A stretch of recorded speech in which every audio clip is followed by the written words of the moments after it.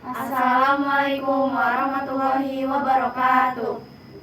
Kami dari kelompok 4 akan mempresentasikan tentang Kesultanan Banten. Yang pertama yaitu latar belakang. Pada awalnya Kerajaan Banten merupakan wilayah perluasan Kerajaan Demak. Saat itu Kerajaan Demak memperluas pengaruhnya dengan menaklukkan beberapa kawasan pelabuhan di Pulau Jawa dan menjadikannya sebagai pangkalan militer serta kawasan perdagangan. Maulana Hasanuddin atau lebih dikenal dengan Fatahillah yang berperan besar dalam penaklukan tersebut mendirikan benteng pertahanan yang dinamakan Surosoan. Tempat ini kemudian menjadi pusat pemerintahan Kerajaan Banten. Seiring dengan kemunduran Kerajaan Demak, Banten melepaskan diri dan menjadi kerajaan yang mandiri. Pada tahun 1570, Fatahillah wafat dengan meninggalkan 2 anak laki-lakinya, yaitu Pangeran Yusuf dan Pangeran Arya. Pangeran Yusuf kemudian menggantikan posisi Fatahillah, sementara Pangeran Arya berkuasa di Jepara. Masa kejayaan tahun 1651 sampai 1682 merupakan tahun yang paling istimewa bagi Kerajaan Banten karena Sultan Ageng Tirtayasa dalam kepemerintahannya mampu membawa kerajaan ini sampai ke puncak kejayaan. Hal ini ditandai dengan adanya pencapaian berupa pembangunan armada dan dengan contoh Eropa.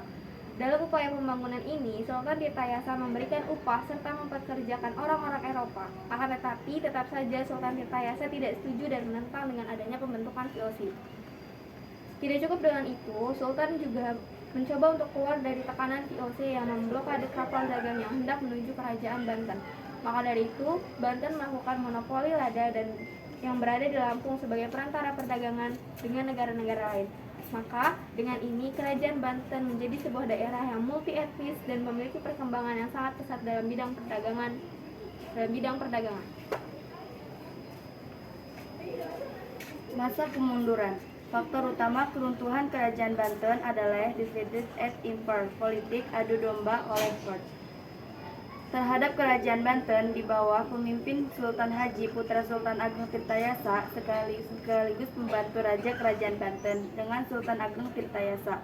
Campur tangan Foch dalam perdagangan sekaligus permasalahan internal Kerajaan Banten dibelakangi oleh adanya kerajaan Sultan Haji dengan Belanda dalam pemerintahan Kerajaan Banten, sehingga Sultan Ageng Tirtayasa hendak mencabut tahta Sultan Haji.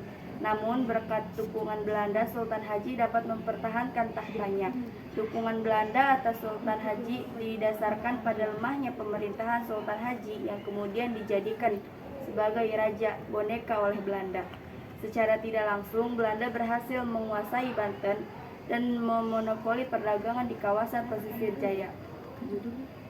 Dengan demikian, keruntuhan Kerajaan Banten dilatar belakangi adanya konflik internal kerajaan yang diperkeruh oleh campur tangan Belanda melalui divide et impera, politik adu domba antara Sultan Haji dan Sultan Ageng Tirtayasa, sehingga secara tidak langsung Belanda berhasil menguasai Banten dan memonopoli perdagangan di kawasan pesisir Jawa. Peninggalan Vihara Avalokitesvara merupakan bangunan vihara, yaitu tempat sembahyang bagi umat Buddha kala itu. Vihara tersebut diberi nama Avalokitesvara. Bangunan vihara ini masih dapat berdiri dengan kokohnya sampai sekarang. Kharkov, sebuah tempat untuk bersemayam bagi orang-orang Eropa yang sudah meninggal. Orang tersebut diantaranya warga Belanda, Perancis, Inggris, dan warga Eropa lainnya. Itulah yang dinamakan Kharkov. Di dalam pemakaman ini terdapat sekitar 50 makam dengan berbagai ukuran dan tempat. Bangunan ini berada pada sisi timur tembok benteng, memiliki bentuk jerat serta batu nisannya berukuran sangat besar. Meriam Ki Amuk. Meriam ini dulunya dijadikan sebagai senjata pertahanan maritim. Banyak sekali yang mendefinisikan asal-usul meriam ini. Ada yang berkata bahwa meriam ini merupakan hadiah dari Sultan Trenggono kepada Sunan Gunung Jati. Ada juga yang menyatakan bahwa meriam ini adalah hasil rampasan perang melawan penjajah. Benteng Spelwijk. Pada tahun 1585, Kerajaan Banten membangun sebuah benteng. Benteng ini berfungsi sebagai pertahanan dari serangan laut.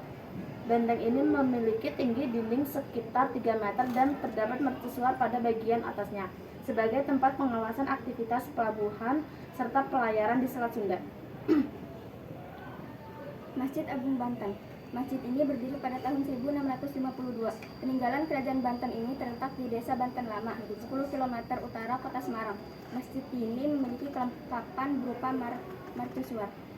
Keraton Surosowan digunakan sebagai tempat tinggal para sultan Kerajaan Banten, seperti Sultan Maulana Hasanuddin tahun 1552, Sultan Haji yang menjabat sebagai selama kurang lebih pada 1672 sampai 1687.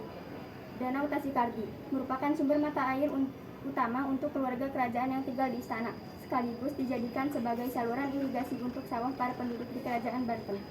Tahun 1570 sampai 1580 adalah masa pembuatan danau yang dikerjakan oleh Sultan Maulana Yusuf. Dahulu luas danau ini kurang lebih mencapai 5 hektar dengan dilapisi ubin dan batu bata.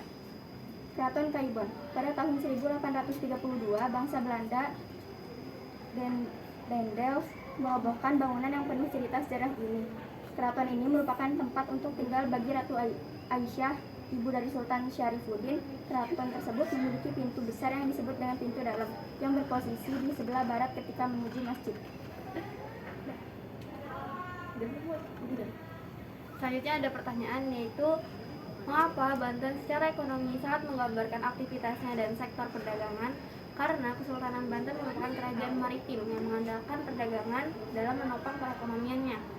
Monopoli atas perdagangan lada di Lampung menempatkan penguasa Banten sekaligus sebagai pedagang perantara. Juga Kesultanan Banten berkembang pesat sehingga menjadikan salah satu pusat niaga yang penting pada saat masa itu.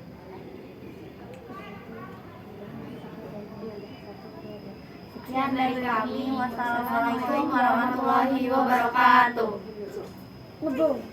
Wih,